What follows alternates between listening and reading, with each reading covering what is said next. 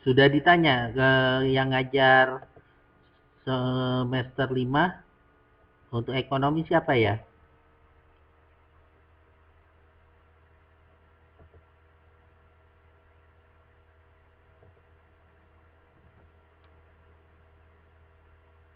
Cuma ada jawaban oke. Bilang saya pakai 2 kali lagi. Setelah ini hari ini jadi 2 kali lagi. Hari ini saya kasih UTS dan UASnya. Hari ini saya kasih UTS dan UASnya.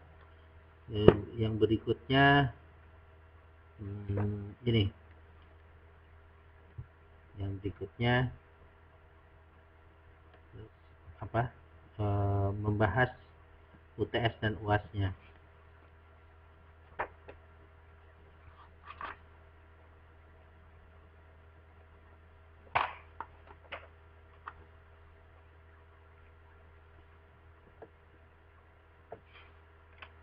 Kita hari ini mulai di halaman 150.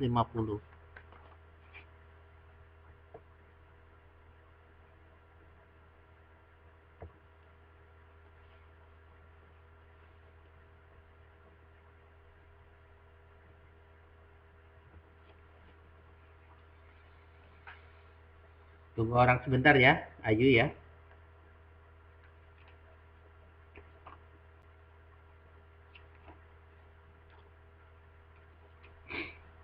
Nian nggak liburan kemana gitu, Ayu?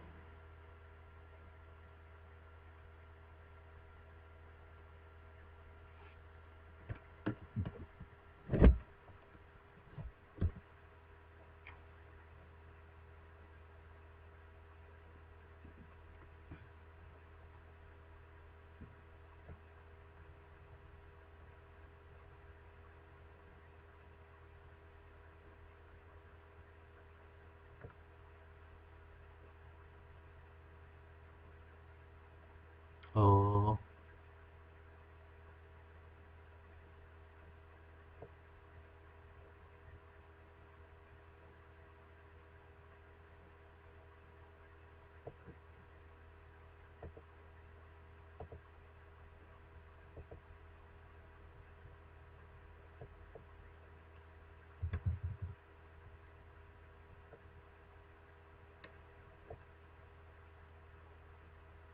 ya Mbak Waryanti, makasih sudah datang.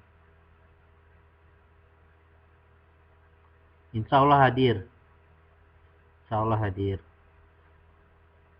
Nanti pas TTM bulan 3, kalau saya boleh hadir, saya mau memastikan eh, kemampuan bab ini benar gitu loh. Betul-betul bisa.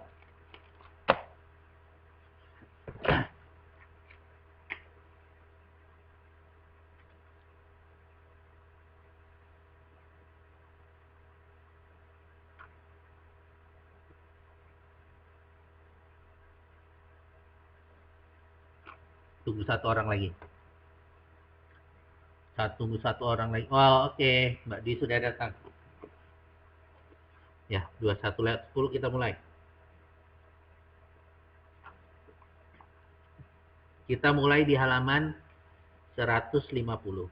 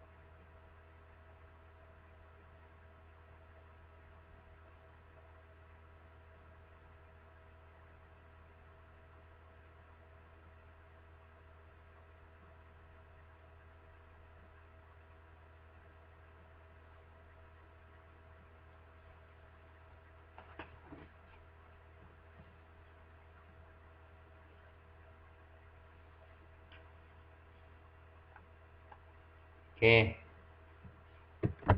kedengaran ya suara ya? Kita dari UTS dulu ya, UTS dulu. Nah, buka modul ya, buka modul kan?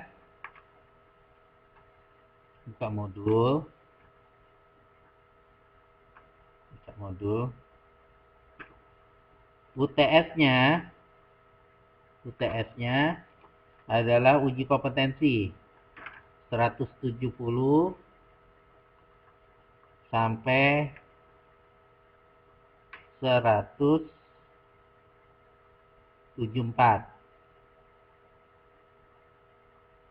170 sampai 174 ya.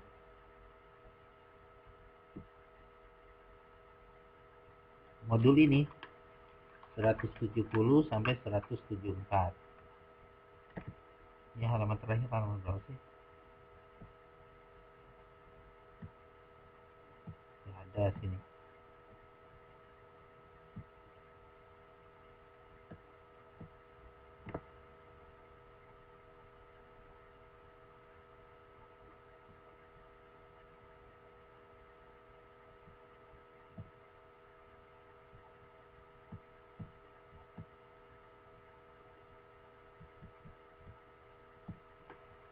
Ya. Uji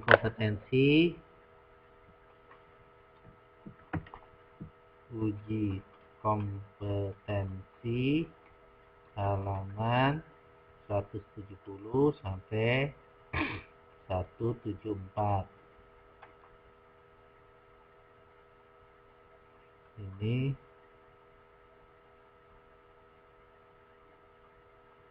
UTS. UASnya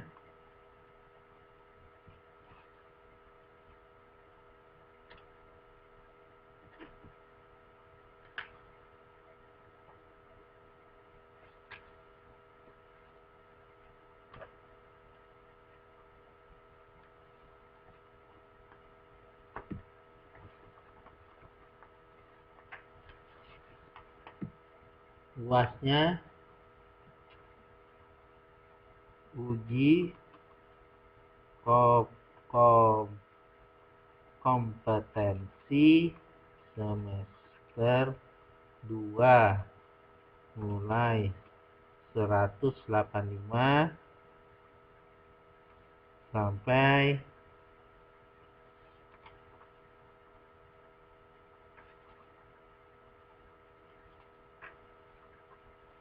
194.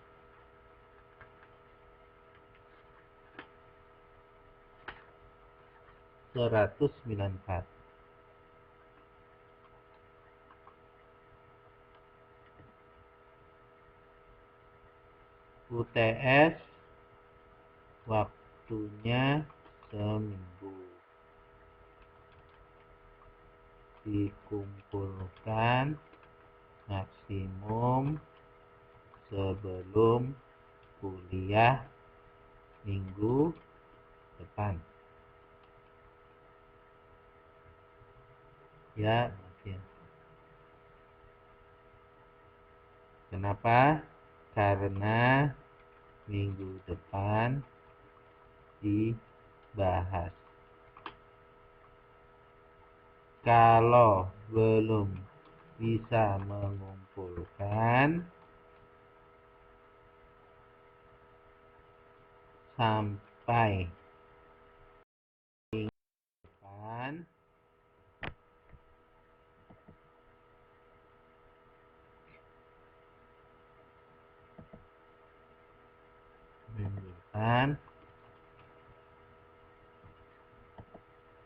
minggu depan akan dijadikan PR dan diberi nilai batas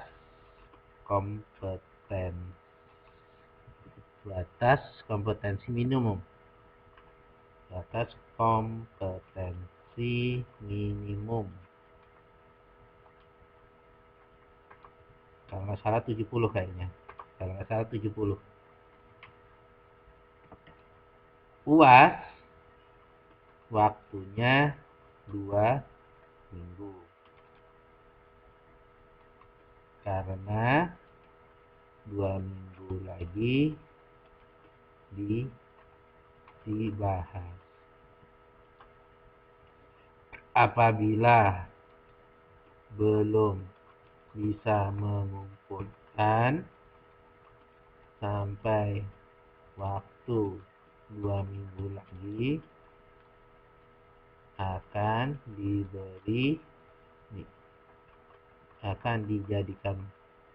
dijadikan PR dan diberi nilai batas kompetensi minimum. Kalau 170.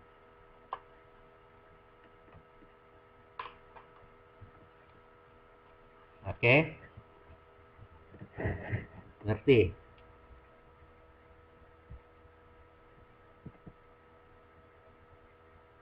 Ya.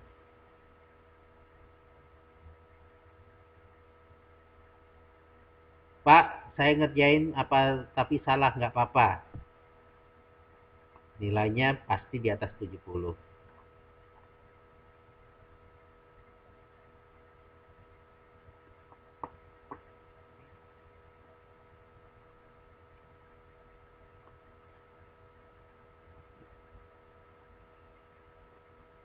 Yang penting ngerjain. Nanti kita bahas sama-sama. Nanti pas PTM kita ujikan lagi. Saya akan bawa soal-soal UAN. Saya ingin memastikan soal bab 67 ini yang terutama yang akuntansi adalah sebagian yang nempel gitu ya. Oke. Ya. Jadi Mbak Waryanti 170 sampai 174 itu UTS-nya, UAS-nya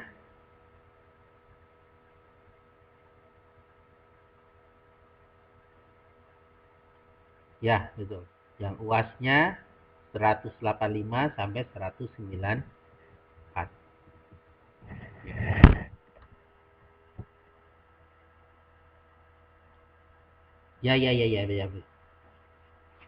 Betul.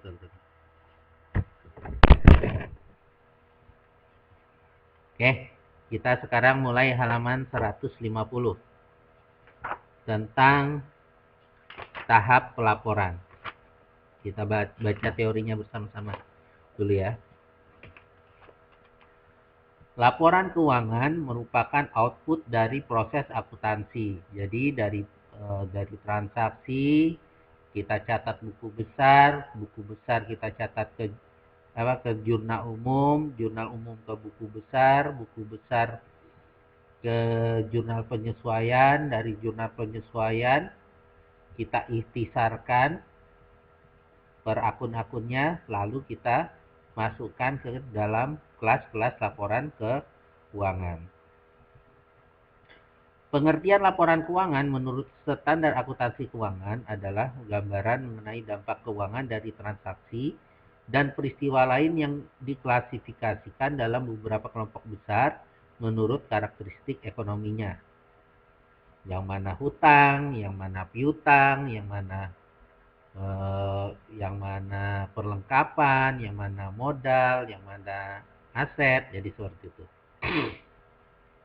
Dari pengertian tersebut, kita ketahui bahwa laporan keuangan merupakan sumber informasi bagi pihak-pihak yang berkepentingan terhadap perusahaan.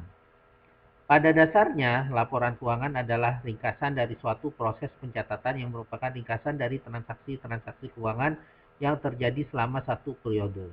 Satu periode biasanya 1 tahun, bulanan, harian. Oke. Laporan keuangan merupakan laporan tertulis yang di dalamnya memuat informasi keuangan yang disusun dengan cara dan bentuk tertentu sesuai dengan pedoman dan tata cara pencatatan yang umum berlaku. Mau distandarkan sekarang. Pak, saya mau buat catatan model sendiri. Ya boleh aja, tapi yang mengerti satu orang. Kita ini yang mengerti harus siapa aja penggunanya? Pemerintah, badan buruh, ya, investor, bank yang minjemin uang kita. Ya itu adalah pengguna-pengguna yang berkepentingan terhadap laporan keuangan kita. Terus kita baca lagi ya. Sebagai sumber informasi, maka laporan keuangan harus mempunyai karakteristik tertentu. Karakteristik kualitatif laporan keuangan sebagai berikut. Laporan keuangan sebagai sumber informasi harus mudah dipahami oleh pemakai. Di sini diasumsikan bahwa pemakai telah memiliki pengetahuan tentang akuntansi dan aktivitas ekonomi yang lain. Jadi, informasi ini harus mudah dipahami oleh standar tertentu yang sudah disepakati. Pak, saya nggak ngerti, Pak. Karena kita belum belajar gitu. Jadi kalau kita lihat di koran, terutama di akhir tahun, itu sering ada laporan-laporan keuangan. Laporan keuangan itu standar. Okay. Harus mudah dipahami. Informasi dalam laporan keuangan harus relevan dalam memenuhi kebutuhan pemakai dalam mengambil keputusan. Laporan keuangan dapat membantu para pemakai dalam mengevaluasi program kerja dan dapat digunakan sebagai pertimbangan dalam pengambilan keputusan. Ya, harus relevan. Tidak boleh palsu, tidak boleh nipu. Jadi untuk pemegang saham kasih kabar untung, kasih kabar ke petugas pajak bilang rugi. Kenapa? Biar nggak ada pajaknya. Kasih laporan ke penghutang untungnya sedikit. Jadi yang minta keringanan bunga atau gimana. Jadi seperti itu. Laporan keuangan juga harus handal, dalam arti laporan keuangan menyajikan informasi yang jujur dan wajar. Jujur maksudnya harus menggambarkan peristiwa atau aktivitas ekonomi yang seharusnya. Relevan dan jujur. Handal. Laporan keuangan juga harus netral, maksudnya informasi disajikan untuk kebutuhan umum pemakai dan tidak untuk memenuhi kebutuhan pihak-pihak tertentu. B, C, D, apa adanya. Kasih laporan ke pihak satu, ya A. Laporan kedua, A. Ketiga, A. Jangan untuk pemihak, saya ulangi lagi ya, untuk kasih ke pemegang saham, untung besar. Ke pemerintah, rugi karena nggak mau bayar pajak. Ke penghutang, untung biasa-biasa aja. Seperti itu. Laporan keuangan dapat digunakan oleh pemakai sebagai perbandingan dengan laporan keuangan pada periode-periode lain. Perbandingan laporan keuangan antar periode bertujuan untuk mengidentifikasi posisi keuangan perusahaan. Jangan formatnya tahun pertama formatnya A, kan ada metode-metodenya. Tahun kedua B, jadi orang membandingkan bingung. Tahun pertama mata uangnya dolar, tahun ini rupiah, tapi nggak ada keterangan. Tidak ada penghubung dari tahun pertama dan tahun kedua. Bingung. Apa perusahaan ini meningkat, apa memburuk, atau stagnan, atau tetap. Jadi kan belum ada. Penyusunan laporan keuangan didasarkan pada konsep-konsep atau anggapan-anggapan tertentu, sehingga laporan keuangan tersebut mempunyai bentuk dan isi yang tertentu pula. Adapun konsep-konsep yang mendasari penyusunan laporan keuangan adalah sebagai berikut. Nah, ini sering ya. Satu, konsep kesatuan usaha. Jadi, laporan keuangan ini dianggap suatu nyawa sendiri, individu sendiri. Ya. Pemegang saham dianggap orang lain. Pemodal penghutang dianggap orang lain. Jadi walaupun perusahaan itu milik kita, tapi laporan keuangan perusahaan itu seolah-olah perusahaan itu sendiri. Hubungan perusahaan dengan kita adalah hubungan hutang piutang. Hubungan bisnis. Jadi seperti itu. Nah, Atas dasar ini. Ya Santi, selamat datang. Assalamualaikum warahmatullahi wabarakatuh. Atas ini, kalian ingat nggak kasus Lapindo?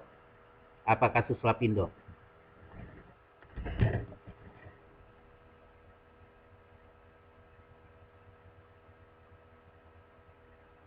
Nah, lumpur. Secara konsep ekonomi, tanggung jawabnya Abu Rizal Bakri itu hanya sebesar sejumlah saham yang dia pegang. Saya nggak tahu ya jumlah sahamnya di Lapindo berapa. Misalnya dia punya saham di sana 50%. Ya dia merasa tanggung jawabnya terhadap bencana itu ya hanya 50%. Dan itu pun bukan tanggung jawab dia karena itu tanggung jawab perusahaan. Jadi seperti itu. Dia hubungannya dengan perusahaan adalah hubungan pemodal dengan manajemen. Tapi faktanya kalau secara politik orang selalu menyalahkan Abu Rizal Bakri menenggelamkan satu desa gitu kan. Padahal kalau secara ekonomi, loh, saya pemegang saham kok, saya bukan manajemen ibarat.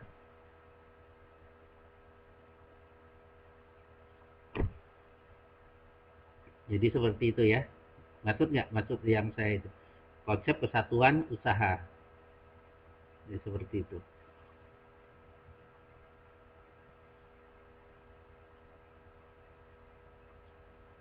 Kita beli saham Starbucks. Tahu-tahu Starbucks mendukung LGBT, pernikahan sejenis, homo segala macam. Terus ada teman kita bilang, oh kamu mendukung homo, marah nggak kira-kira kita? Marah ya. Saya mau bisnis Starbucks itu karena saya bayangannya saya jualan kopi, nanti dapat untung, saya dibagi duit, begitu kan? Seperti itu kan? Jadi hubungannya perusahaan minjem uang saya untuk buat bisnis, nanti kalau ada untung saya dibagi. Itu kan hubungannya. Terus mentang-mentang Starbucks-nya mendukung LGBT, tahu-tahu kita menunjuk kamu homo gitu. Marahlah kita. Kan kayak gitu kan? Nah, gitu kurang lebih.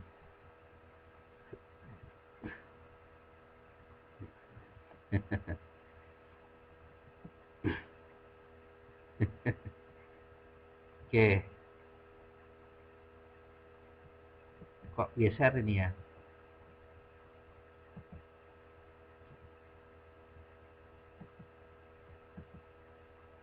Oke, masih bisa. Konsep nilai historis. Konsep nilai historis adalah suatu konsep yang menyatakan bahwa akuntansi hanya mencatat transaksi pada nilai rupiah pada saat terjadinya, tanpa memperhatikan perubahan daya beli uang. Dengan demikian, akuntansi menganggap bahwa daya beli uang itu adalah tetap. Apa nih maksudnya? Misal, kita beli perlengkapan. Perlengkapan itu misalnya harga mesin jahit. Waktu dibeli, harganya 7 juta rupiah. 7 juta rupiah. Ya. Kita anggap kita tidak memakai depresiasi. Depresiasi kemarin masih ingat ya. Depresiasi adalah kita pengurangan nilai, niatnya nabung biar di akhir periode kita bisa beli mesin baru. Oke. Walaupun harga di pasar sekarang itu 3 juta, tapi di laporan keuangan itu harganya berapa? 7 juta. Dicatat saat dibeli. Dicatat saat dibeli. Atau harganya naik. Misalnya kita beli barangnya impor. Kita beli barang ini hanya bisa diimpor dari Taiwan misalnya. Waktu kita beli, harganya 10 juta rupiah. Karena 1 NT sama dengan 420. Barang itu, perlengkapan itu, kita punya, sekarang harganya sudah satu entinya 430 misalnya. Harganya 430. Apakah di tahun berikutnya kita berubah jadi harganya 11 juta misalnya? Enggak. Tetap 10 juta. Harganya seperti itu. Walaupun harga pasarnya naik atau harga pasarnya turun, yang dicatat adalah harga saat belinya. Kita punya aset rumah. Belinya harganya 12 juta. Harganya sekarang sudah 120 juta. Di laporan keuangan, harganya tetap 12 juta.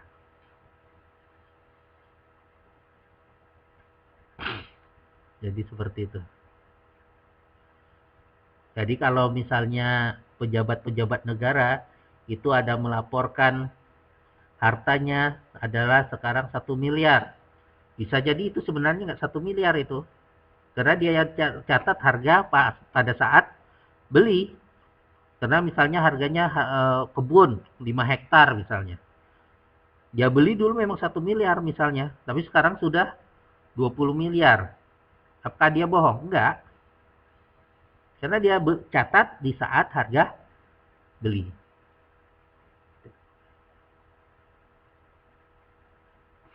Jadi ada 3 ini, konsep historis, konsep waktu, dan konsep kesatuan usaha. Kesatuan usaha adalah entiti unik.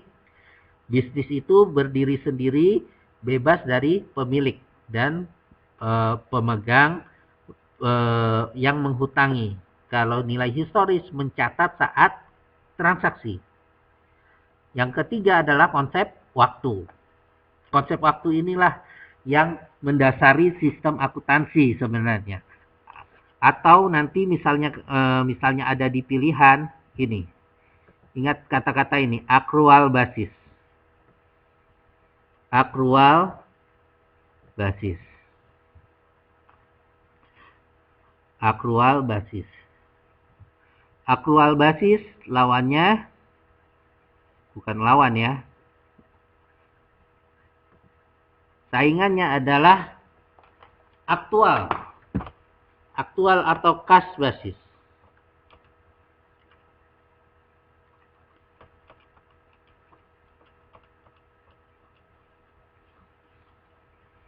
Apa Pak maksudnya ini konsep waktu? Jadi pendapatan atau biaya yang belum terjadi transaksi sudah bisa diakui. Contoh, saya jual barang, tapi yang membeli itu masih hutang atau kita punya piutang. Itu sudah saya akui, saya sudah menjual barang. Saya menyewa gedung. Saya belum bayar sewanya, tapi itu sudah dibebankan biaya. Boleh dong bayar sewa tapi di akhir bulan. Bisa kan? Jadi seperti itu. Ya, jadi konsep nilai historis, konsep waktu, konsep kesatuan usaha, entity bisnis. Ini diingat ini. Ini konsep laporan keuangan. Konsep laporan keuangan. Seperti itu. Terus laporan keuangan harus aktual segala macam itu ya tadi ke A, ke B, ke C, ke pihak-pihak terkait harus benar, jujur, relevan. Jadi, ya. Oke. Nah. Ini masalah konsep. Ya. Saya lanjut ya. Lanjutkan. Pada umumnya, laporan keuangan terdiri laporan laba rugi, perubahan modal, neraca, laporan arus kas, dilengkapi dengan catatan dan penjelasan laporan keuangan. Ini yang poin E, jadi di laporan keuangan di bagian E-nya itu ada keterangan-keterangan. Misalnya apa? Misalnya kita perusahaan ekspor impor. Ekspor impor. Semua laporan dibentuk dalam bentuk mata uang rupiah. Nanti dia ada catatan. Nilai kursnya sama dengan sekian. Gitu. Metode depresiasi yang dipakai adalah garis lurus. Ini adalah keterangan-keterangan untuk pembaca mengetahui lebih lanjut metode pencatatan A, B, C, D. Oke. Sekarang sebelum ke berikutnya. Laporan laba rugi kira-kira apa ini? Laporan apa ini? Ada yang paham?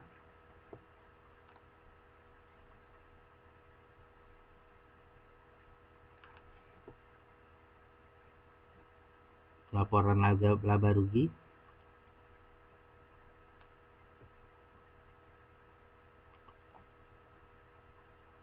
Laporan laba rugi adalah laporan pendapatan dikurangi beban-beban. Isinya pendapatan dikurangi beban, nanti hasilnya untung atau rugi, nanti di paling bawah dikurangi pajak. Jadi seperti itu. Ya. Yang unik dari laporan laba rugi per satu periode. Jadi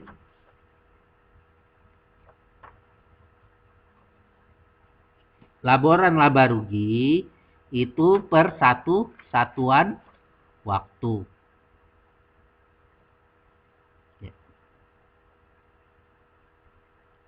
Sedangkan neraca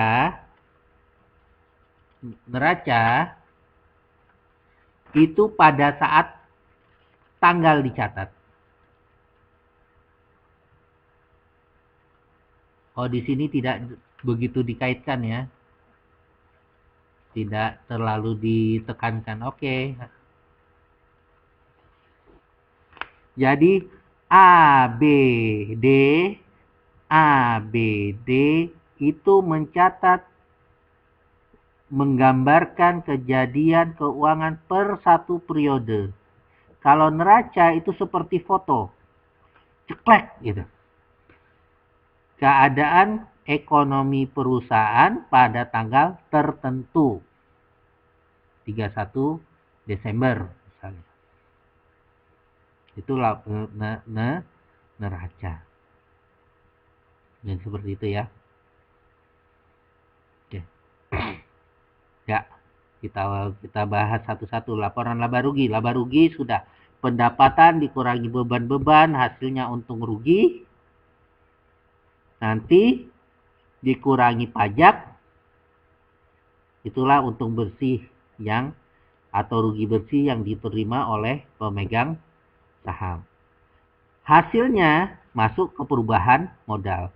Modal tahun lalu ditambah untung atau rugi tahun sekarang dikurangi prive, itu adalah modal tahun ini. Kalau neraca, ingat ke rumus kita yang seperti ini. Ini favorit saya nih.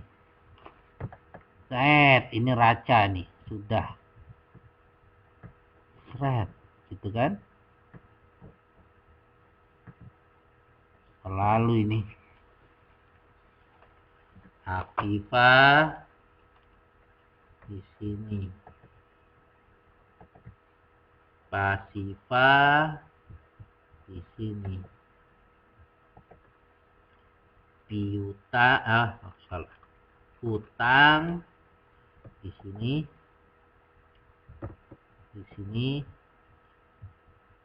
modal. Di sini aset, harta kita, di sini sumber dana. Ini neraca. Jadi seperti itu.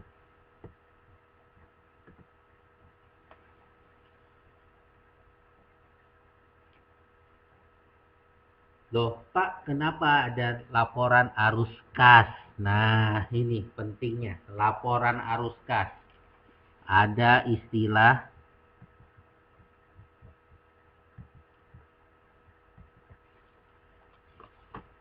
cash is the king. Uang adalah raja. Jadi bukan segala-galanya uang, bukan gitu maksudnya. Misal kita perusahaan secara akuntansi, secara ekonomi itu menguntungkan. Loh kok bisa menguntungkan, Pak? Karena kita jualan, barang yang kita buat, kita jual semua. Kita jual semua. Tapi bentuknya hutang. Jadi kita punyanya piutang. Piutang yang sangat besar. Tapi tiap bulan harus bayar listrik, bayar gaji, bayar tagihan jangka pendek, misalnya bahan baku, misal bahan baku.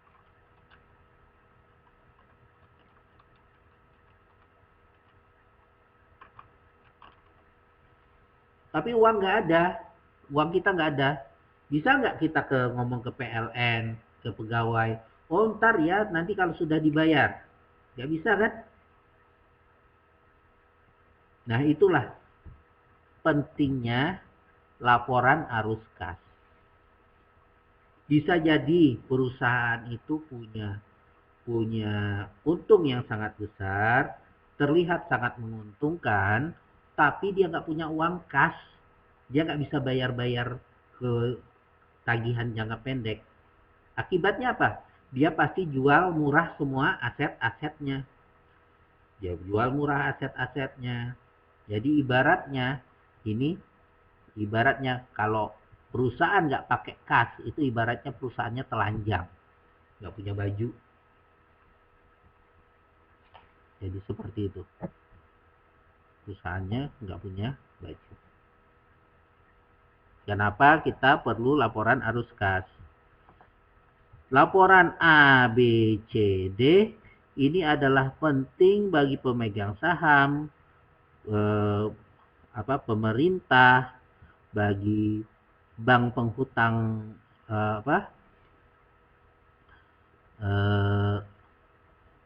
yang kreditur perusahaan, ya, yang punya menghutangi perusahaan. Bagi bank dia ini debitur, bagi perusahaan bank itu kreditur penghutangnya. Jadi bagi banknya ini penting ini.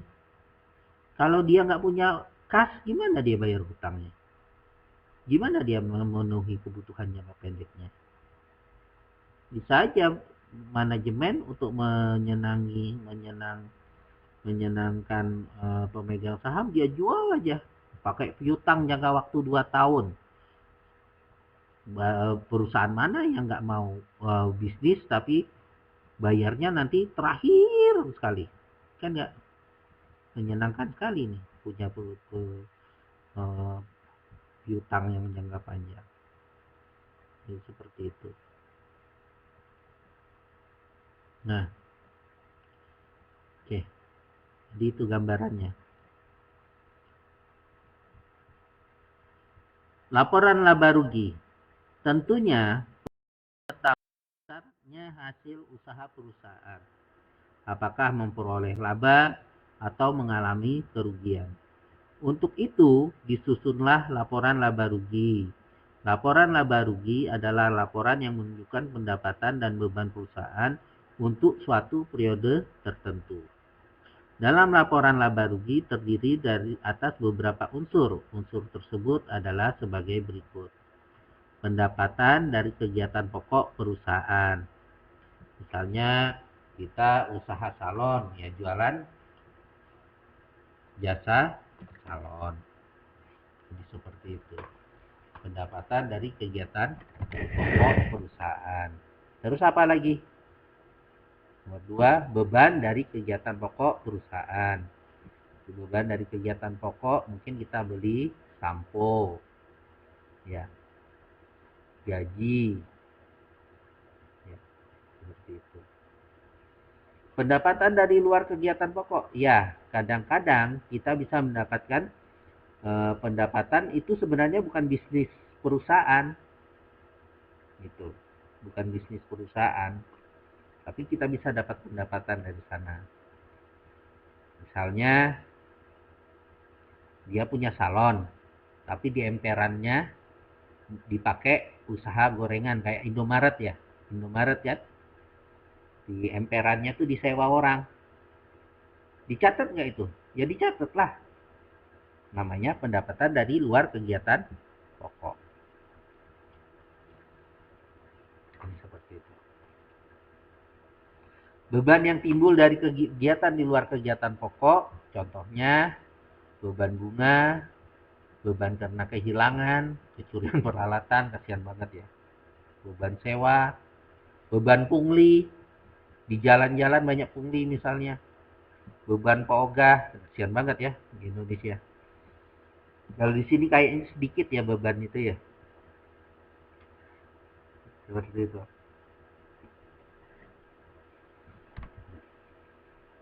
Jadi ini pendapatan. Bentuknya, jadi di halaman 153 kita lihat isinya pendapatan dikurangi beban-beban, hasilnya laba bersih. Di bawah sini ada pajak. Pajak perusahaan misalnya 15% atau 25%. Itulah laba bersih. Laba bersih ini masuk ke perubahan modal. Jadi dari laporan laba rugi, itu masuk ke laporan perubahan modal. Apa isinya kalau perubahan modal? Laporan perubahan modal di halaman 153 kita lihat laporan perubahan modal tahun lalu ya 7.500.000. Laba bersih periode ini 750.000 ditambah. Dikurangi privenya. Prive ini yang penarikan oleh pemilik modal. Sehingga modal per 31 Januari adalah sekian. Nanti kalau kalian lebih lanjut lagi belajar akuntansi, misalnya di kuliah, laba bersih ini dibagi dua. Dibagikan langsung ke pemegang saham atau dimasukkan perusahaan untuk investasi.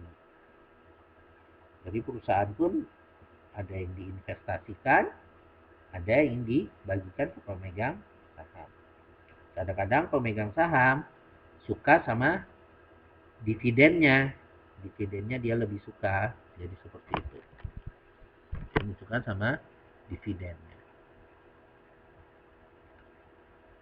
Selain menyusun laporan laba rugi, juga menyusun laporan yang menunjukkan sebab-sebab perubahan modal perusahaan. Dari laporan perusahaan modal dapat diketahui besarnya modal yang ditanam pemilik perusahaan. Laporan perubahan modal pada beauty salon, ini contohnya tadi, sebelum tanggal 1 Januari atau 31 Desember 2005, 7.500.000.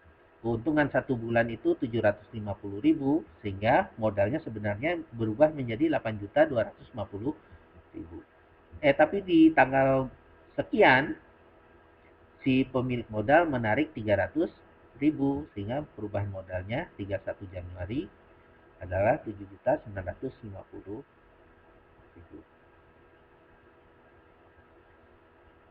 Jadi laporan laba rugi isinya pendapatan dikurangi beban.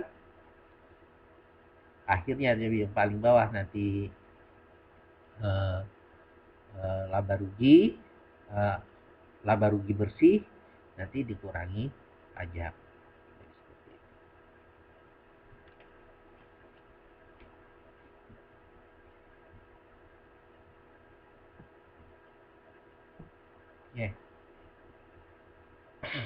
Ini halaman 153. Saya lanjut lagi ya. Neraca. Neraca adalah laporan yang menunjukkan keadaan keuangan suatu unit usaha pada tanggal tertentu. Itu bedanya. Jadi yang A dan B itu per satu periode tertentu. Setahun, sebulan, seminggu.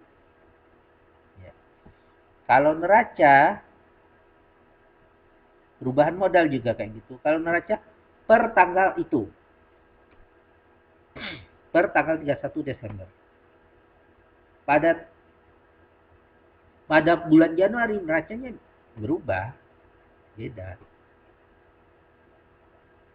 Kenapa bisa beda? Ya bisa jadi pada tanggal sekian belum terjadi transaksi penjualan.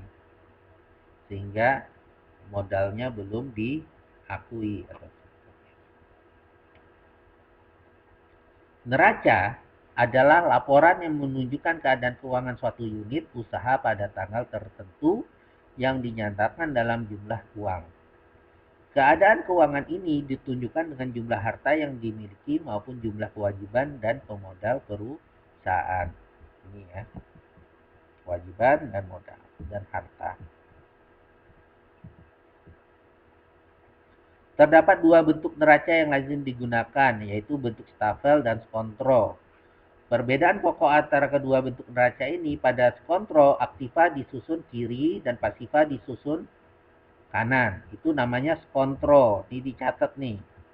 Yang skontro adalah mana yang benar? Sama-sama benar. Kalau stafel atas dan bawah. Ini dicatat nih skontro. Skontro kiri kanan. Stafel atas atas bawah.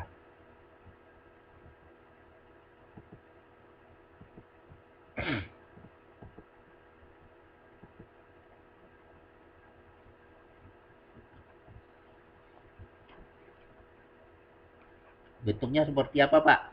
Ada di halaman 154. Yang 154 ini bentuknya stafel atas bawah.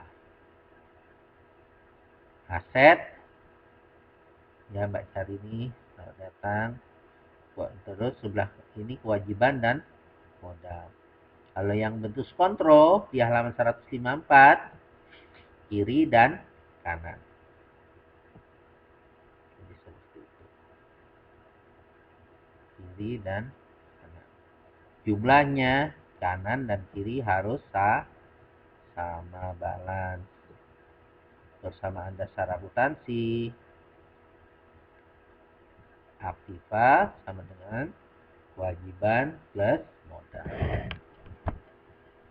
Ya. Seperti ini.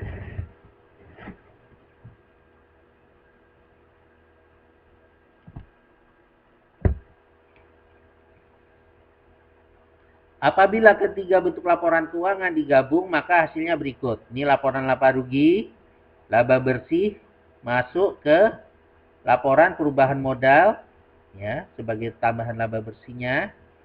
Modalnya masuk ke bagian neraca, modal susi, update-annya. Jadi gitu. Ini. Sih kan? Pak, jadi kalau salah disusun di laba rugi, perubahan modalnya salah? Iya. Kalau perubahan modalnya salah, neracanya salah. Betul. Jadi kalau di tempat saya ngajar di kuliah, kalau pelajar ini stres mahasiswanya.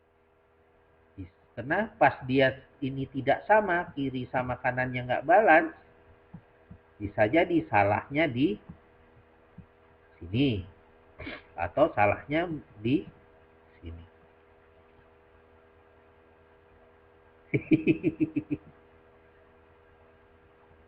Iya banyak ya. Gak apa-apa, yang penting lulus.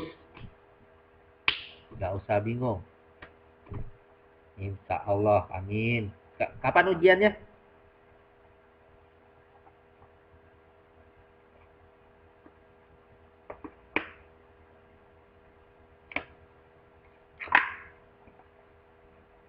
Bulan 4. Bulan 3 ya. Oh, iya ya.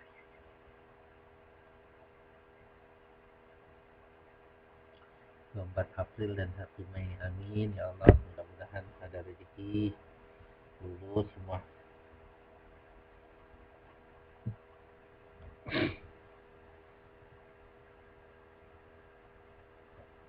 Ya. Oke. Ini tentang laporan ke keuangan. Bahasan saya tinggal jurnal penutup ini. Penutup. Habis itu kuliah kita hari ini selesai. Ya, saya ini dulu ke toilet sebentar. Istirahat 5 menit.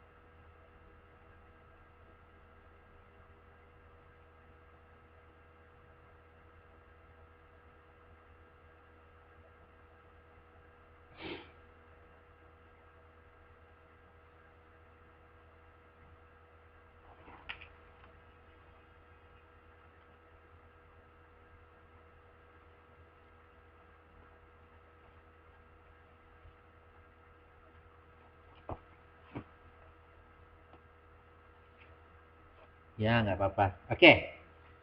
Sekarang kita ke jurnal penutup. Jurnal penutup. Jurnal penutup termasuk soal yang sering keluar. Oke. Jadi, kalau buka di halaman 149, ini adalah neraca lajur dari semua laporan keuangan. Tapi untuk akun-akun yang sementara,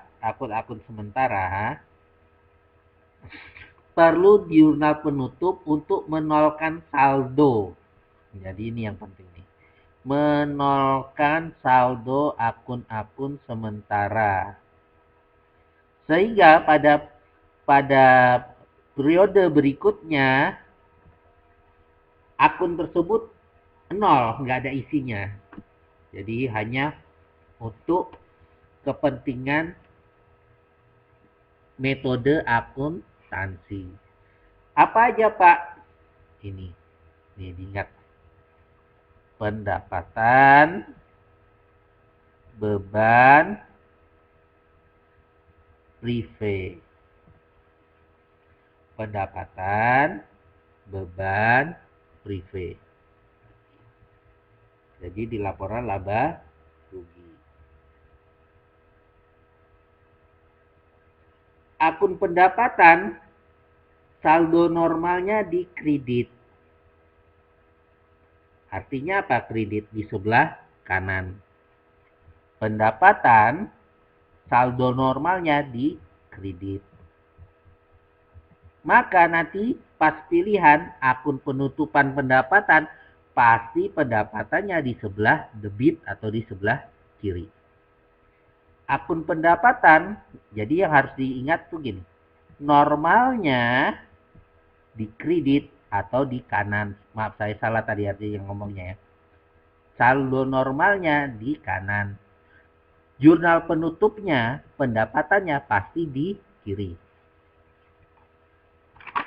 Jadi nanti kalau dibuka di buku halaman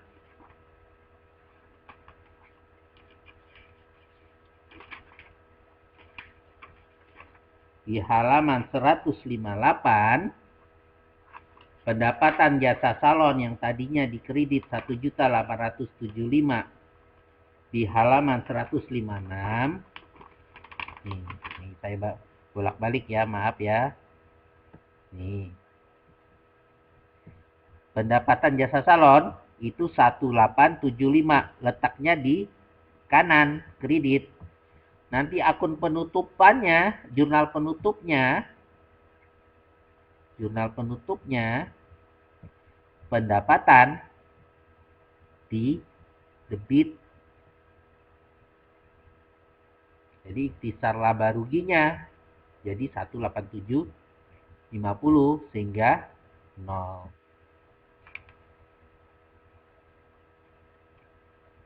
Nih. Pendapatan di halaman 156 154 di halaman 154 di sebelah kanan atau kredit. Jurnal penutupnya di sebelah kiri. Sehingga ikhtisarnya di buku besar laporan lengkapnya di halaman 160.41. Di halaman 160. Nah ini kan pendapatan kan jasa salon, terus jasa salon sehingga totalnya 1875. Di penutupan di debit 1875 sehingga saldo akhirnya 0. Itu maksudnya. Ulang lagi. Di halaman 156 di laporan laba rugi, pendapatan di sebelah kanan. Akun penutupannya di halaman 156 ya, itu 154 ya. Akun penutupannya di sebelah kiri. Sehingga total ikhtisarnya di halaman 160 di totalnya kanan kurang kiri jadinya 0.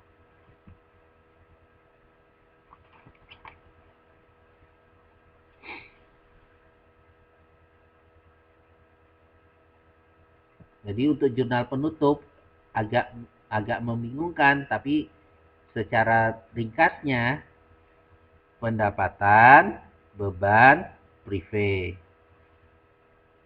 Pendapatan normalnya di kanan, akun penutupnya di kiri. Sehingga hasilnya 0. Hasilnya 0. Ini 0.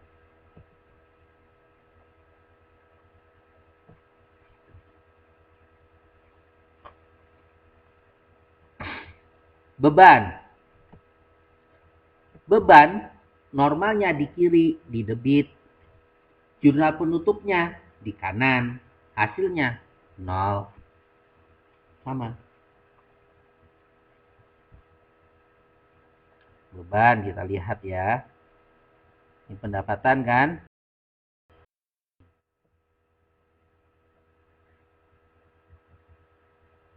Beban. Semua beban kanan. Ikhtisar laba rugi penutupnya totalnya 1125 kiri.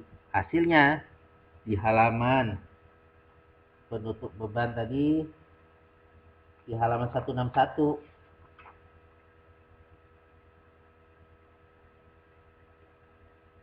Oh, beban dia buat satu-satu ya penutupan. Kanan kiri. Hasilnya 0. Beban gaji normalnya di kanan, penutupnya di sebelah kiri di debit, hasilnya 0. Beban perlengkapan kayak gitu semua. Jadi dimulai di halaman 161. Mulai akun 51, 52, 53, 54 gitu.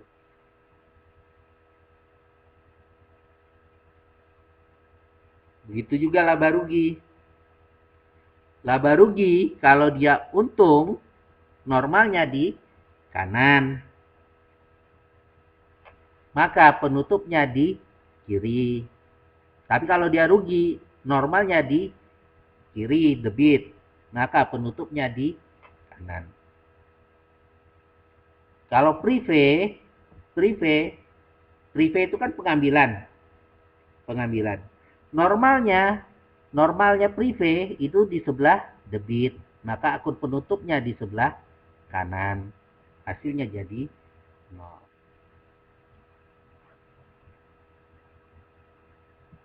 Pak bingung Pak? Oke, kita pakai rumus ringkasnya ini ya. Rumus ringkasnya. Pendapatan normalnya di mana? Yang tahu pendapatan normalnya di mana?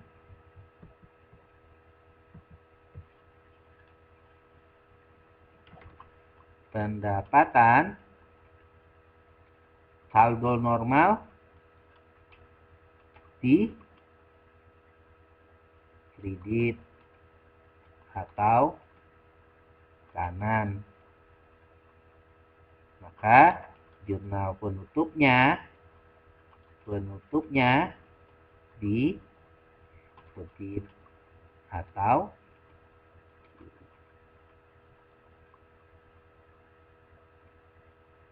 beban saldo normalnya di mana? Di debit atau di kiri. Jurnal penutupnya di mana artinya? Jurnal penutupnya. Jurnal penutupnya di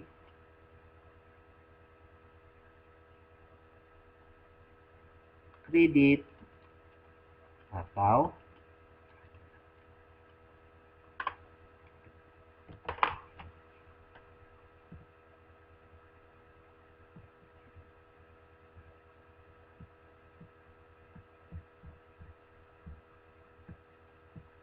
yang terakhir prive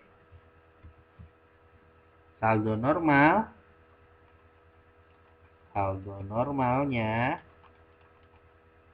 di debit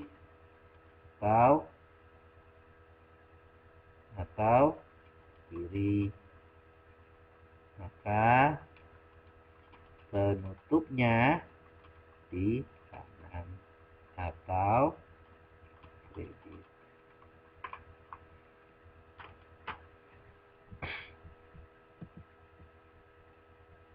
Kita lihat lagi. Pendapatan saldo normalnya di kanan. Di ikhtisar jurnal penutupannya, pendapatannya di kiri. Beban saldo normalnya di debit, maka jurnal penutupnya adanya di kiri ya, di debit di kiri. Saldo normalnya di debit atau di kiri, maka di penutupnya di kanan.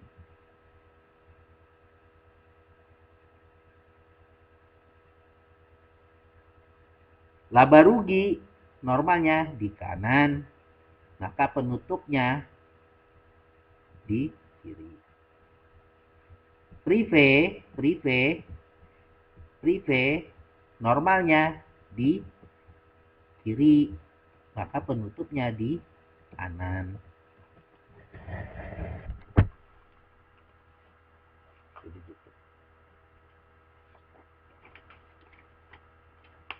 Dan saya cari soal yang jurnal penutup. Biar mantap.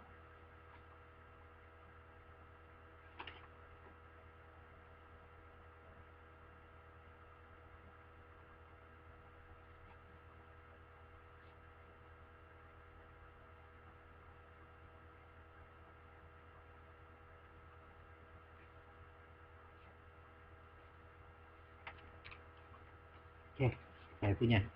Ntar saya upload dulu ya. Soalnya, ntar saya cari dulu. Soal. Soal.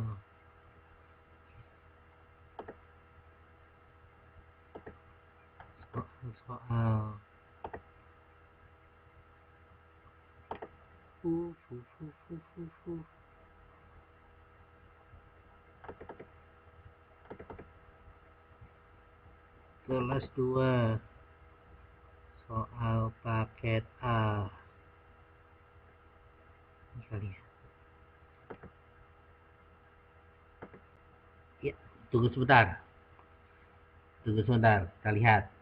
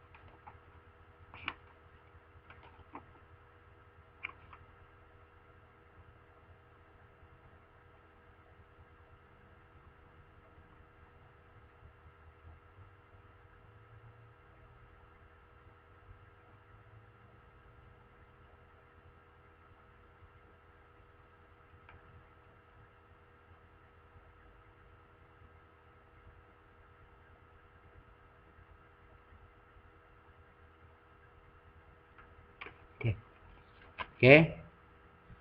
Sekarang kita lihat. Kemarin sudah saya upload ya soalnya ini. Halaman 36. Soal nomor 36.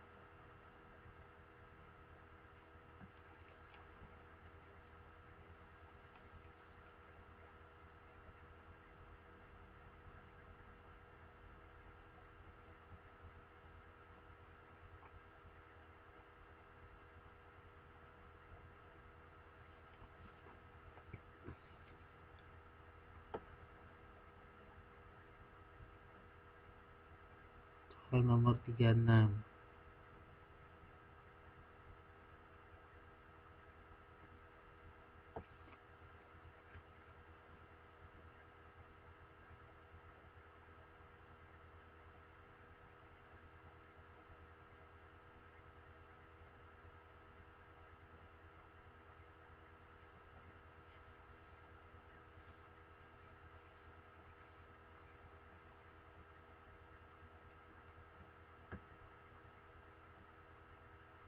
Ada.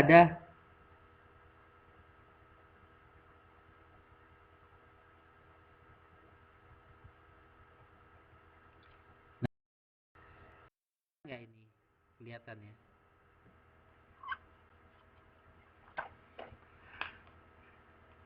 Berikut adalah neraca saldo disesuaikan. Persediaan barang, prive, penjualan, potongan penjualan, pembelian, retur pembelian, ikhtisar laba rugi, beban gaji, beban telepon, dan sebagainya.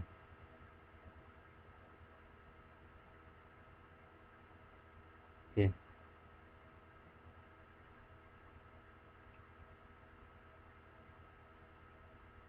Ya.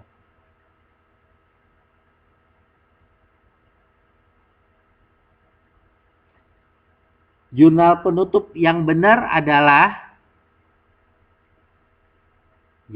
jawabannya di kunci jawaban adalah 2, 4, 6. Nomor 1 kok salah, Pak? Prive di neraca saldonya di sebelah kiri. Jurnal penutupnya sebelah kanan. Betul dong ini. Yang salah apa? Bukan ikhtisar laba rugi. Lawannya adalah modal. Yang 6 yang benar. Jadi seperti itu. Jadi nomor 1 salah. Nomor 2, beban gaji 700.000, beban telepon air listrik 900.000. Ditaruhnya di sebelah kiri. Maka jurnal penutupnya di sebelah kanan. Betul.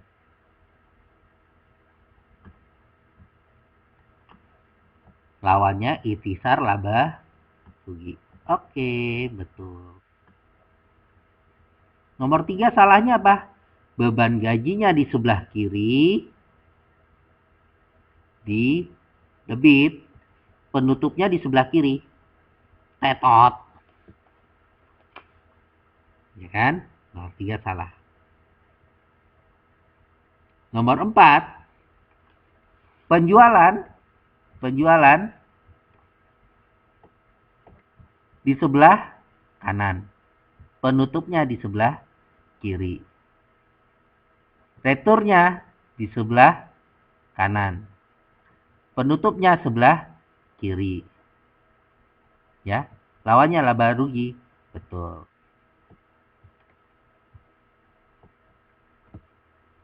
Pak, persediaan betul ini, Pak. Persediaan. Salah lah. Karena persediaan sebelah kiri. Penutupnya juga sebelah kiri. Dan persediaan tidak pakai jurnal penutup. Kenapa jurnal penutupnya tadi apa tadi isinya? Pendapatan, beban, sama prive. Gitu.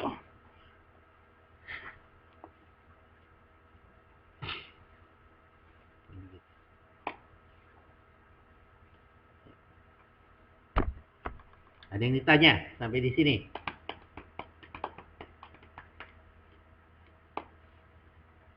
Udah, itu kuliahnya.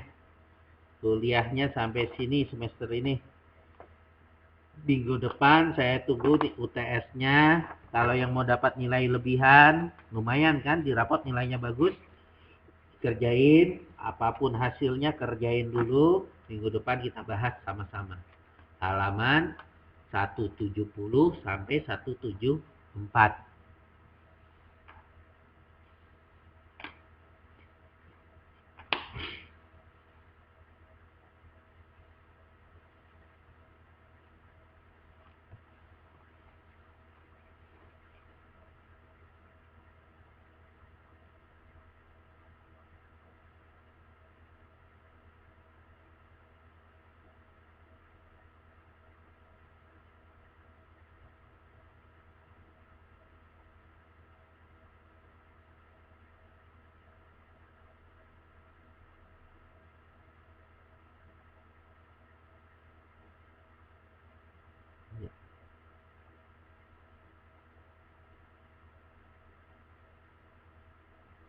UASnya 2 minggu. UTS-nya yang seminggu.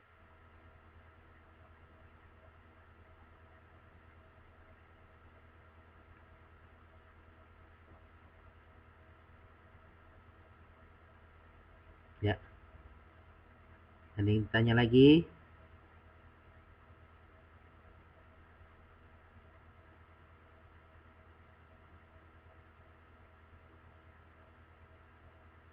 Oke.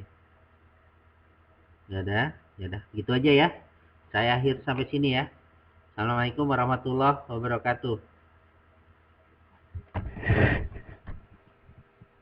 Terima kasih.